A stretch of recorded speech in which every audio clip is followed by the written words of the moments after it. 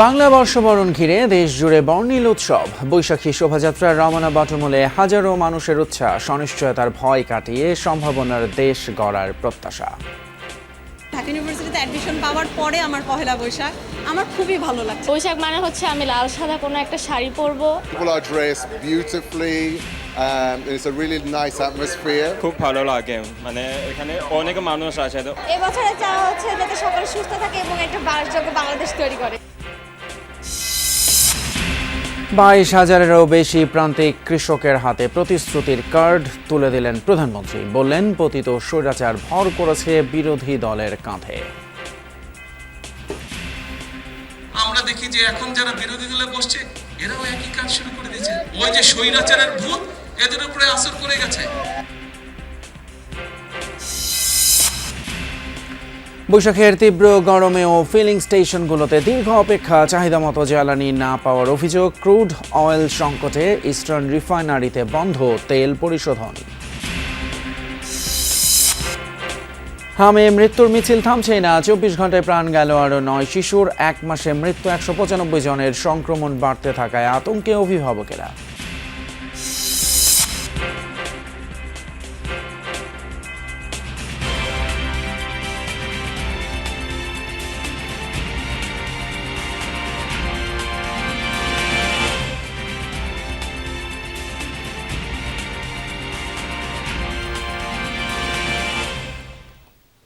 আমন্ত্রণ যমুনা নিউজে আপনাদের সঙ্গে আছি আমি ফয়সাল। তুমি এতক্ষণ শিরোনামগুলো দেখলেন। মানুষের ঐক্যতানে পুনরুত্থান হবে গণতন্ত্র। চিরায়ত বাংলার রূপ, শিল্প আর ঐতিহ্য তুলে ধরে চারুকলার শোভাযাত্রায় জানানো হয় এমন বার্তা। ছেলে বুড়ো সহ সকল প্রাণের সম্মিলনে এমন আয়োজন বিশ্বকে জানান দিয়েছে বাংলার সৌরভ এবং গৌরবের কথা। লোকায়ত বাংলার চিত্র, উপকরণ, সাজ, পটচিত্র, বাদ্যযন্ত্রাংশ কিংবা মানুষের উপস্থিতি সবই যেন এক সুরে গাইছে, এসো হে বৈশাখ, এসো এসো। তানভীর মোর্শেদ এবং তানভীর মিজানের ছবিতে বিস্তারিত জানাচ্ছেন আহমেদ রেজা।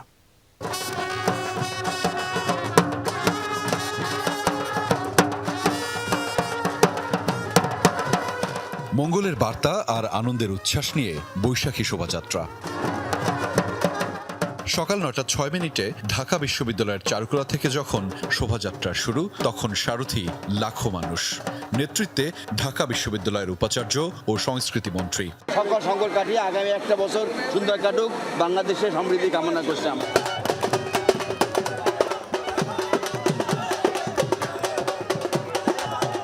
সাদা লাল বর্ণিল পোশাকে সেই সমবেত উপস্থিতি জানান দিয়েছে বাংলার ঐতিহ্য, সংস্কৃতি ও ঐক্যবদ্ধতার কথা। যে ঐক্যের ফলেই এবারের শোভাযাত্রার প্রতিপাদ্য নববর্ষের ঐক্যতান, গণতন্ত্রের পুনরুত্থান। যান্ত্রিক যাপিত জীবনে শেকড়ের এই আয়োজন প্রশমিত করে স্বকীয়তা, উচ্ছ্বসিত করে হৃদ মাঝার। পুরনো বছরের গ্লানি, জীর্ণতা আর শোককে পেছনে ফেলে নতুনের শুরু।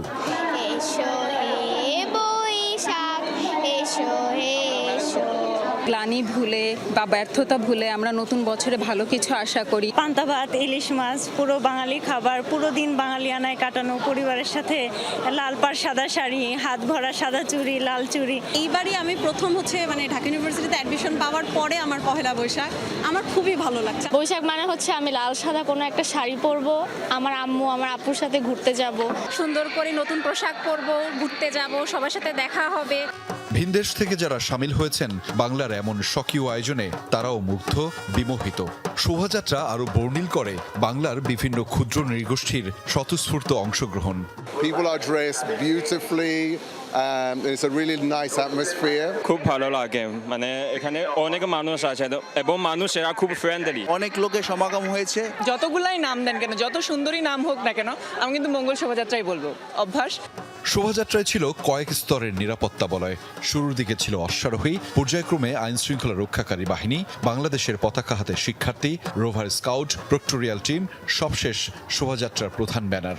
শান্তির বার্তা দেয়, আমাদের সম্প্রীতির বার্তা দেয়। এবছরে চাওয়া হচ্ছে যাতে সকলে সুস্থ থাকে এবং একটা বাসযোগ্য বাংলাদেশ তৈরি করে। প্রকৃতি সহ নিজেকে নতুন রঙে সবাইকে নিয়ে সাজতে ইচ্ছে করে। বৈশাখ মানে তো আনন্দ, বৈশাখ মাসেই খুশি। নতুন বছরকে কিভাবে বরণ করা হয় সেটা দেখানোর জন্য। বাঙালির একটা ঐতিহ্য, এটা সম্পর্কে বাচ্চাদেরকে অবশ্যই জানাতে হবে। অনেকগুলো মেলায় গিয়েছি, মেলায় নাগরদোলা দেখেছি। সবাই অনেক আনন্দ করছে, এটা ভালো লেগেছে। শোভাযাত্রায় মোট 5টি প্রতীক বা মোটিফ রাখা হয়। এগুলো হলো মোরগ, হাতি, পায়রা, দোতারা ও ঘোড়া। মোরগ নতুন সূচনা, জাগরণ ও আলোর আগমনের, আর দোতারা বাঙালির লোকসঙ্গীতের প্রাণ। এছাড়া পায়রা সম্প্রীতি, সহাবস্থান ও বৈশ্বিক শান্তির বার্তা বহন করে। এই আয়োজন, এই মানুষের সমবেত উপস্থিতি জানান দেয় বাংলাদেশের ঐক্যবদ্ধতার কথা। একই সাথে বাংলাদেশের গণতান্ত্রিক যাত্রা পুনরুত্থান করতে মানুষের সমবেত উপস্থিতি দারুণ কণ্ঠে বলেছে বাংলাদেশকে ভালো রাখার, বাংলাদেশকে এগিয়ে নিয়ে যাওয়ার। আহমেদ রেজা, যমুনা নিউজ, ঢাকা। রমনার বটমূলে নতুন বাংলা বছর বরণ করল ঐতিহ্যবাহী সাংস্কৃতিক প্রতিষ্ঠান ছায়ানট। ভোরে শুরু হওয়া আয়োজনে ছিল প্রায় 200 শিল্পীর অংশগ্রহণ। ছায়ানটের প্রত্যাশা, সব শঙ্কা অনিশ্চয়তার ভয়ের অবসান ঘটুক, স্বস্তি ফিরুক জীবনে, কল্যাণ হোক মানবতার। শওকত মঞ্জুর শান্তর রিপোর্টে বিস্তারিত।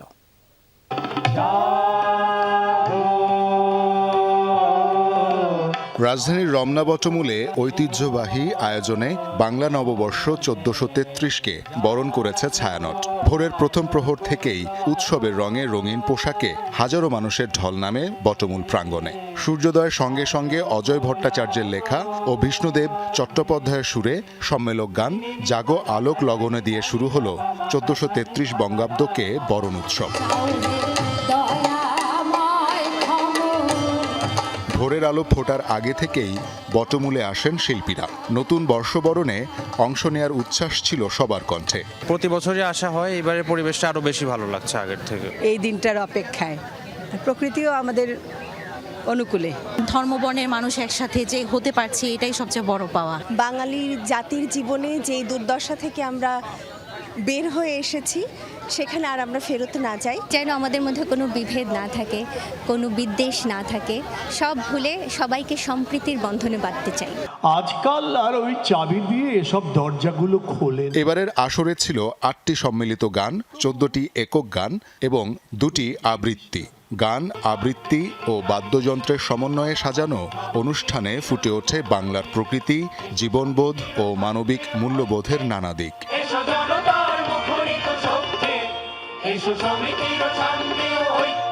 আলো যত বাড়তে থাকে তত নামে মানুষের ঢল। অংশগ্রহণকারীরা জানান, সব বিভেদ ভুলে একসঙ্গে নতুন বছরকে বরণ করার এই আয়োজন তাদের কাছে অনন্য অনুভূতির। সবাই মিলে চেষ্টা করতে হবে।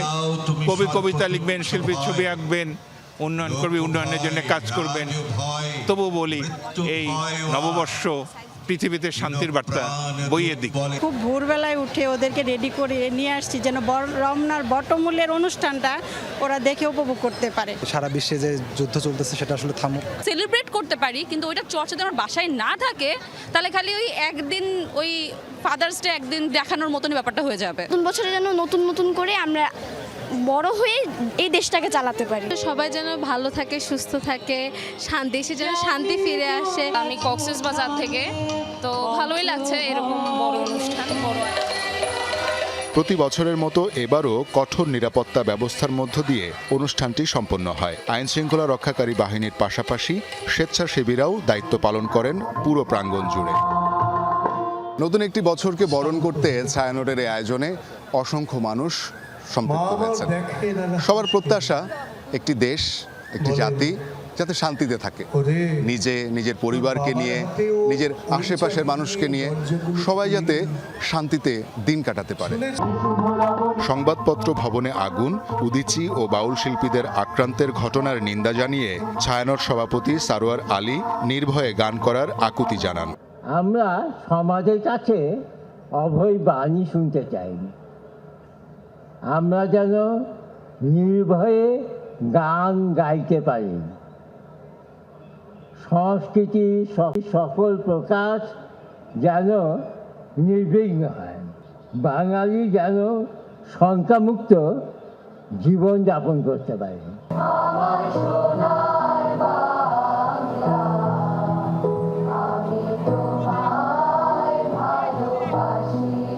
ছায়ানটের এই বর্ষবরণ অনুষ্ঠান আবারও প্রমাণ করেছে সংস্কৃতির শক্তি বাঙালির সবচেয়ে বড় পরিচয়, আর এই ঐতিহ্যই বয়ে নিয়ে যাবে আগামীর বাংলাদেশকে। অনুষ্ঠানের সমাপ্তি টানা হয় জাতীয় সঙ্গীতের হৃদয়গ্রাহী সুরে। হাজারো মানুষ দাঁড়িয়ে কণ্ঠ মেলায় এই সম্মোহনী গানে। শওকত মঞ্জুর শান্ত, যমুনা নিউজ, ঢাকা।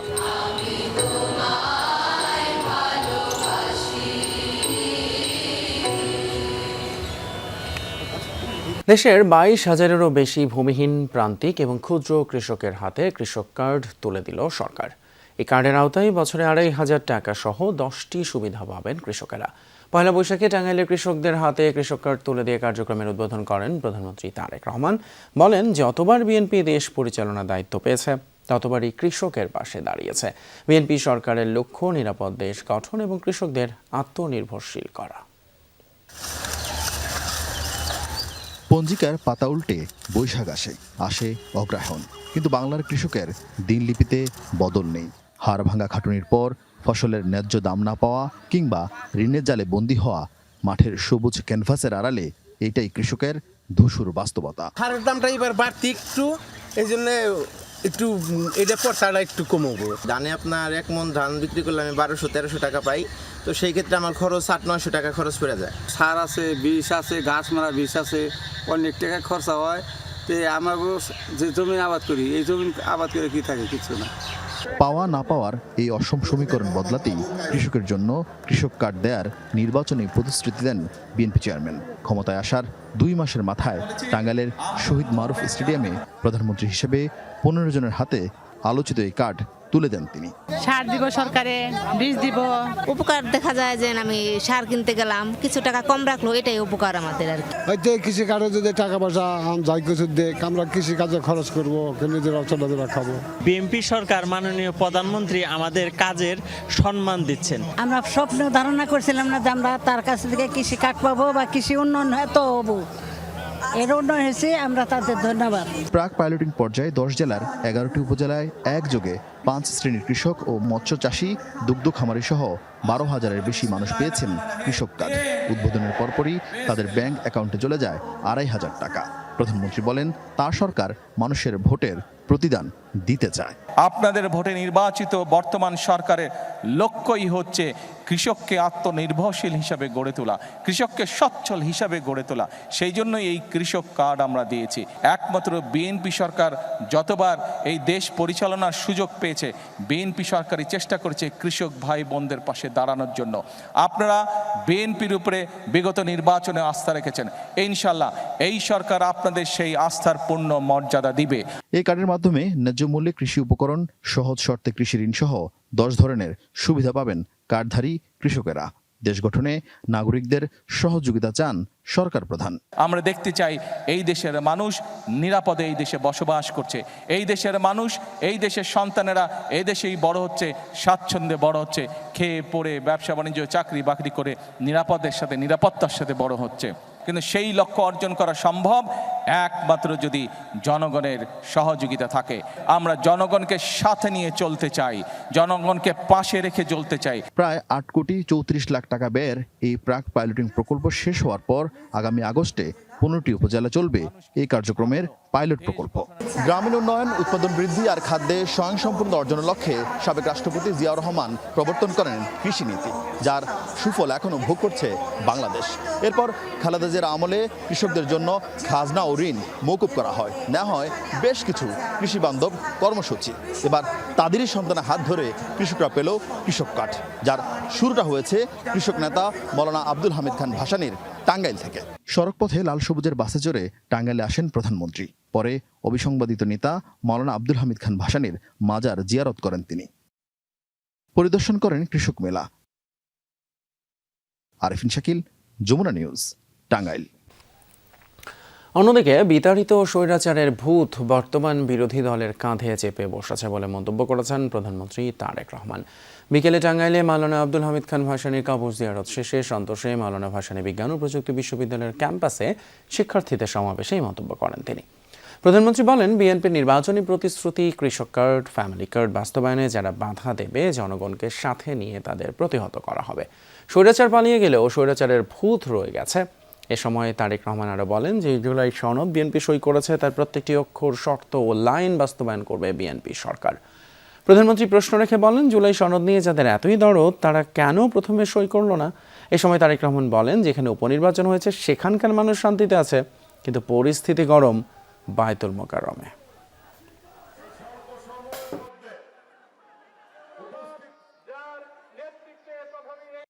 23 জুলাই সনদ সংসদের দক্ষিণ প্লাজায় অনুষ্ঠিত হয়েছিল। অনুষ্ঠান করে যেই জুলাই সনদের সকল রাজনৈতিক দল সই করেছে, সেই জুলাই সনদ ইনশাআল্লাহ বিএনপি বাস্তবায়ন করবে, এর কোনো নড়চড় হবে না। কিন্তু যারা বিএনপির খাল খনন, বিএনপির ফ্যামিলি কার্ড, বিএনপির কৃষক কার্ড, পেশাদার খেলোয়াড় তৈরি সহ এই সকল জনগণের জনকর্মসূচি সেইগুলোকে বাধাগ্রস্ত করবে, বিএনপি জনগণকে সাথে নিয়ে তাদেরকে প্রতিহত করবে। বৈশাখের তীব্র রোদ উপেক্ষা করে জ্বালানি তেলের জন্য ফিলিং স্টেশনগুলোতে ছিল দীর্ঘ সারি। তেল নিতে 10 ঘন্টা বা তারও বেশি অপেক্ষা করতে হয় গ্রাহকদের। অনেক পাম্পেই বেশিরভাগ সময় টানানো থাকে, অকটেন নেই। পয়লা বৈশাখে ডিপো বন্ধ থাকায় অনেক পাম্পে নেই তেলের সরবরাহ। রাজধানীতে প্রায় সব ফিলিং স্টেশনে এখন রেশনিং পদ্ধতি চালু আছে। বেশিরভাগ পাম্পে গাড়ির জন্য 2000 আর মোটরসাইকেলের জন্য 3 থেকে 500 টাকার বেশি তেল দেওয়া হচ্ছে না। তবে ফুয়েল পাস থাকলে সর্বোচ্চ 10 লিটার তেল নিতে পারছেন একজন গ্রাহক। বাইকাররা তেলের জন্য ঘন্টার পর ঘন্টা অপেক্ষার এই ভোগান্তি থেকে মুক্তি চান। এদিকে পাম্প মালিকরা বলছেন, ডিপো থেকে আগের তুলনায় কম তেল সরবরাহ করা হচ্ছে, কিন্তু সংকটের আসল কারণ প্যানিক বাইং। আর এই কারণেই জ্বালানি তেলের সংকট তীব্রতর হচ্ছে।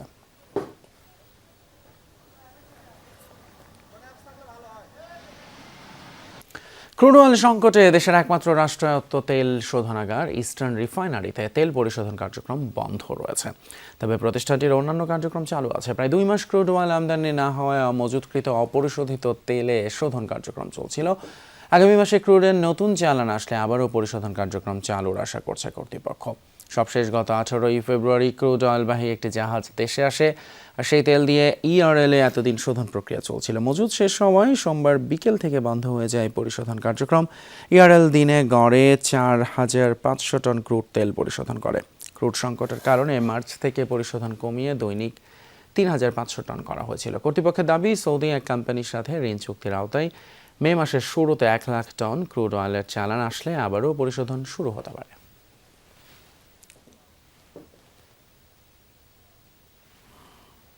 আন্দামান সাগরে 250 জন অবৈধ অভিবাসী নিয়ে ট্রলার ডুবির ঘটনা ঘটেছে। ধারণা করা হচ্ছে তাদের বেশিরভাগই বাংলাদেশ ও মিয়ানমারের নাগরিক।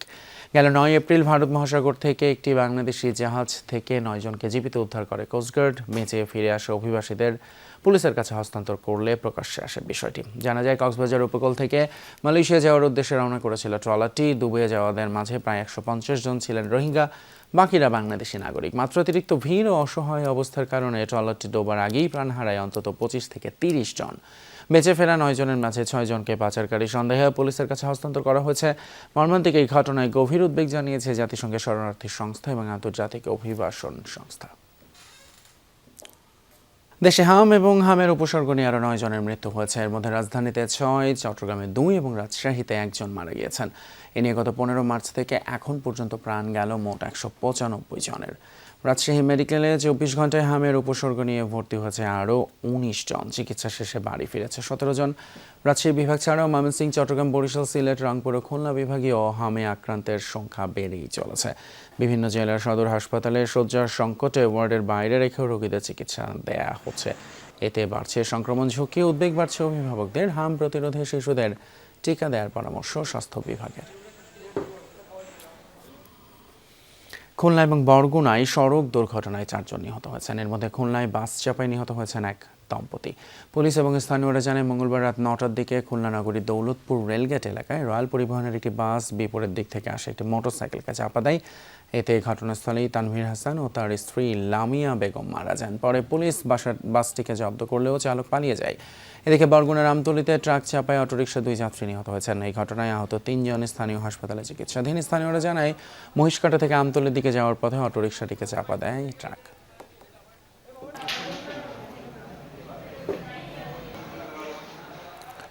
এই ছিল যমুনা নিউজে আমাদের আজকের আয়োজন। এতক্ষণ সাথে থাকার জন্য ধন্যবাদ আপনাদের সবাইকে।